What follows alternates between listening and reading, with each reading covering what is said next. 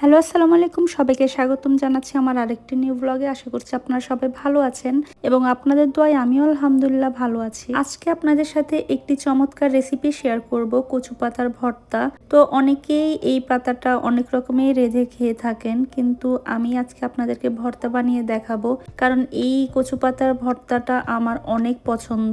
তো চলুন এবারে রেসিপিটা দেখা যাক। তো শুরুতে আমি কচু পাতাগুলোকে ডাঁটা শুদ্ধ ভালো করে পরিষ্কার করে কেটে ধুয়ে নিয়েছি। এখন আমি এটা সেদ্ধ করার জন্য পানি নিয়ে নিচ্ছি। প্রয়োজন মতো পানি নিয়ে নেওয়ার পর আমি এখানে দিয়ে দিব সামান্য একটু লবণ। তারপর একটি লেবু অর্ধেক করে কেটে আমি পুরো রসটা দিয়ে দিব।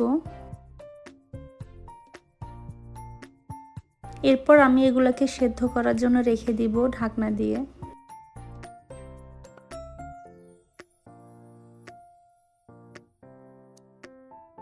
এই তো সিদ্ধ হয়ে গিয়েছে। তো এখন আমি একটি ঝুড়িতে এটা পানি ঝরানোর জন্য রেখে দিয়েছি।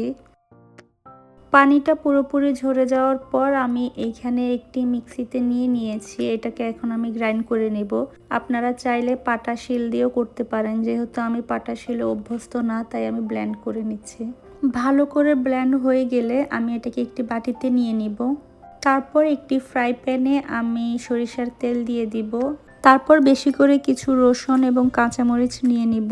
এন্ড আমার কাছে নাগামরিচ ছিল, বোম্বে মরিচ, তাই আমি ওইটারও অর্ধেক দিয়ে দিয়েছি জাস্ট ফ্লেভারের জন্য। এতে খুব সুন্দর ঘ্রাণও আসে এবং একটু ঝালও হয়। এর মাঝে কিছু পেঁয়াজ কুচিও দিয়ে দিয়েছি। এখন আমি ভালো করে এগুলাকে টেলে নিব। তারপর কিছু শুকনো মরিচও দিয়ে দিয়েছি। এরপর দিয়ে দিলাম লবণ। আমার ভাজা হয়ে গিয়েছে, এখন আমি এগুলাকে ব্লেন্ডার করে নিব। ব্লেন্ড করার সময় আমি বেশি করে ধনিয়া পাতা দিয়ে দিব।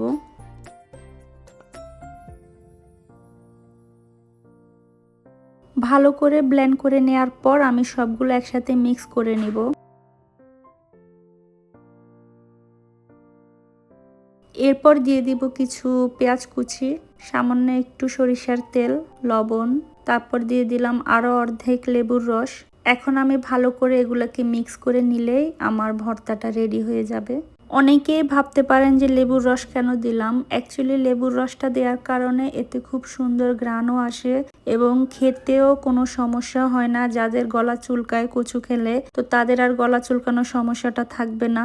তো আশা করছি আজকের রেসিপিটা আপনাদের ভালো লাগবে। ভালো লাগলে অবশ্যই আপনারা like, comment, share and subscribe করতে ভুলবেন না। ভর্তাটা খেতে কিন্তু দারুণ হয়েছিল। তো অবশ্যই আপনারা ট্রাই করে আমাকে কমেন্টের মাধ্যমে জানাবেন কেমন হয়েছে। টিল দেন সবাই ভালো থাকবেন, সুস্থ থাকবেন। আল্লাহ হাফেজ।